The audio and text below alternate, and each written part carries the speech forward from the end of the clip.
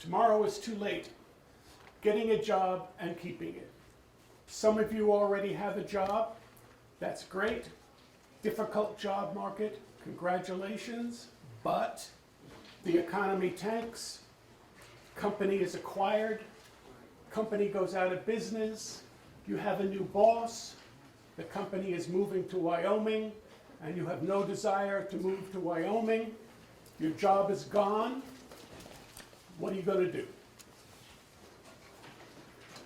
Well, you don't have a job. But congratulations, you just graduated. You have your piece of paper. It's maybe Friday afternoon. You celebrate with friends, sleep late, go to lunch, maybe go to a movie, hang out. You feel a sense of relief and accomplishment. It's now Monday morning.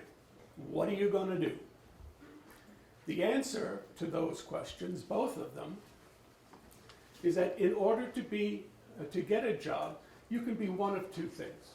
You can be reactive, responding instead of initiating, waiting instead of acting, replying to job postings or recommendations from others, or you can be proactive. You can take charge, you can take action, and what that means to me is networking. I could do a whole class, in fact, I do 2 classes on networking. But for now, networking means meeting people, establishing relationships, building alliances so you can elicit the support and help and ideas and referrals to people with hiring power. Now, networking is important. It's a term you've all heard. If you go to a bookstore, you see 2 shelves of networking. That's computer networks. That's not what we're talking about here. This is a different kind of networking. And this meeting people, this having a network, is important to you because of something called the hidden job market. The majority of job vacancies, I have seen estimates that range from 75 to 95% of the jobs that are available and the jobs that are filled are hidden from you, the average job seeker. They're never advertised. You only find out about them through word of mouth, through referrals, in your network. This is the way the world works. It's not what you know as much as it's who you know, and that's what a network is. People in your network can give you actual job leads, advice and information. They can make useful introductions.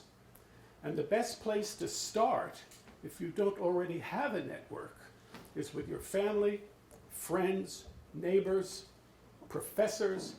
You can meet people in social and industry gatherings, former co-workers, bosses, high school teachers, alumni. Don't forget members of your religious group, social clubs.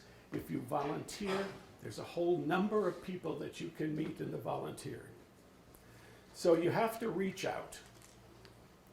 Networks don't happen by accident. You have got to make them happen. And the other thing that you have to know about that is you've got to reach out to people who are not like you. Our tendency is to surround ourselves with people who are like us. And I stand here and I look at the incredible diversity of this audience, and this is a fabulous network, okay? So reach out of your own group, reach out into other groups, different ethnic backgrounds, different ages, different professions, different education, different income levels. You want to have as many people as you possibly can in your network. I was talking before, there's a wonderful old Chinese proverb. The best time to plant an oak tree is 100 years ago. The second best time is today. So if you do not have a network, I suggest that you start one. And the easiest way to do that is to take 20 minutes tonight, doesn't have to be tonight, make a list of 10 names, people that you know, friends of friends, whatever, and reach out to them. Tell them what you're doing, tell them what you're interested in, see if they can help you, see if they know people who can help you, And once you start a networking, you get conscious about it, it just explodes, because people lead to people, lead to people, lead to people.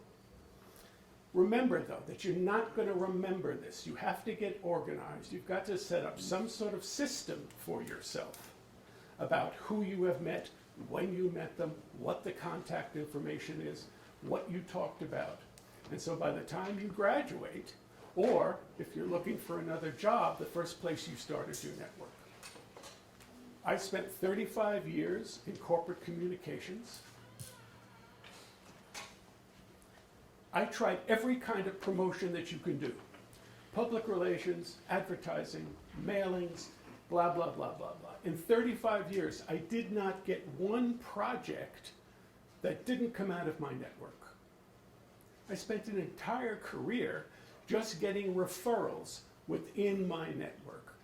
And as you progress in your careers, you are going to see that the next job you get is probably going to be somebody in your network. So think about a network if you don't have one, start one, and then keep feeding it.